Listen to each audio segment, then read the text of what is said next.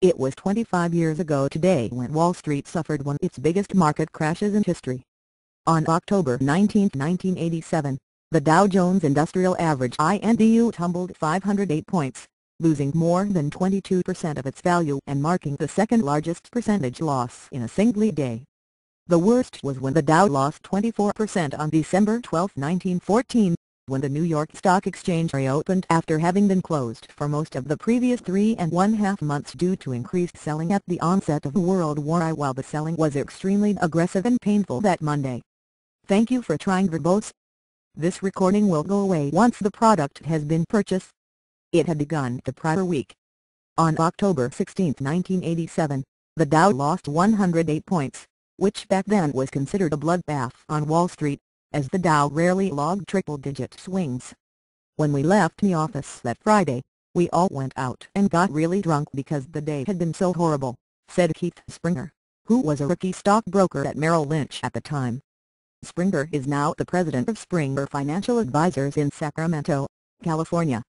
As it turned out, Monday was far worse, he added. It was the beginning of computer trading. Thank you for trying verbose. This recording will go away once the product has been purchased. And as we watched the screens, our assets were being cut in half. We're desensitized to it now, but at that time, we had never seen anything like it.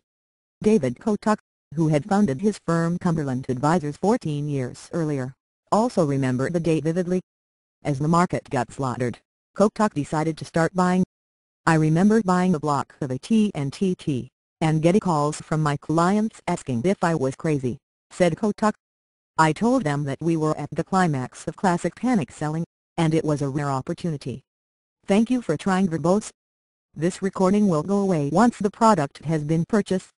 Either the world was going to end, at which point it would make no difference, or we were at a generational low. A few weeks later, Kotok's clients, with the exception of the two that fired him, called again to thank him for remaining disciplined during the crash. Following that low, stocks rebounded up until the dot-com crash in 2000. In Kotok's opinion, the last climax of a classic panic selling period was in March 2009, and he thinks the stock market's rebound since then is still in its early stages. The market experiences crashes when central banks. Thank you for trying verbose. This recording will go away once the product has been purchased. Are tightening with the purpose of either crunching inflation or defending the currency, said Kotok.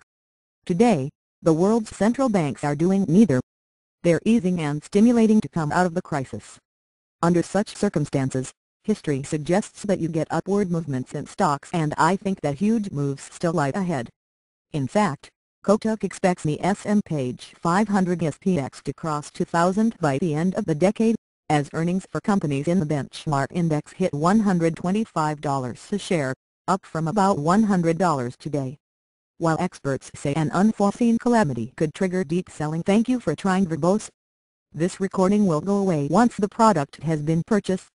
In the market that could feel a lot like Black Monday, there are a number of measures that have been put in place since then to avoid such steep drops in short periods of time. In response to the October 1987 crash, the New York Stock Exchange instituted circuit breakers that halt trading in extreme moves. Under the rules, a 10% decline would trigger a 1-hour halt, while a 20% drop would result in a 2-hour halt. If the market declined by 30% in a single day, trading would be halted for the remainder of the day. Even thank you for trying verbose. This recording will go away once the product has been purchased.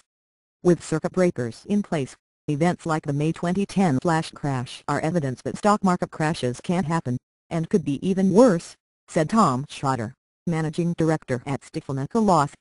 The derivative world is greatly misunderstood by a lot of people. And there's also the threat of a significant financial shock in China or somewhere overseas, said Schroeder. I'm not ever one to say never,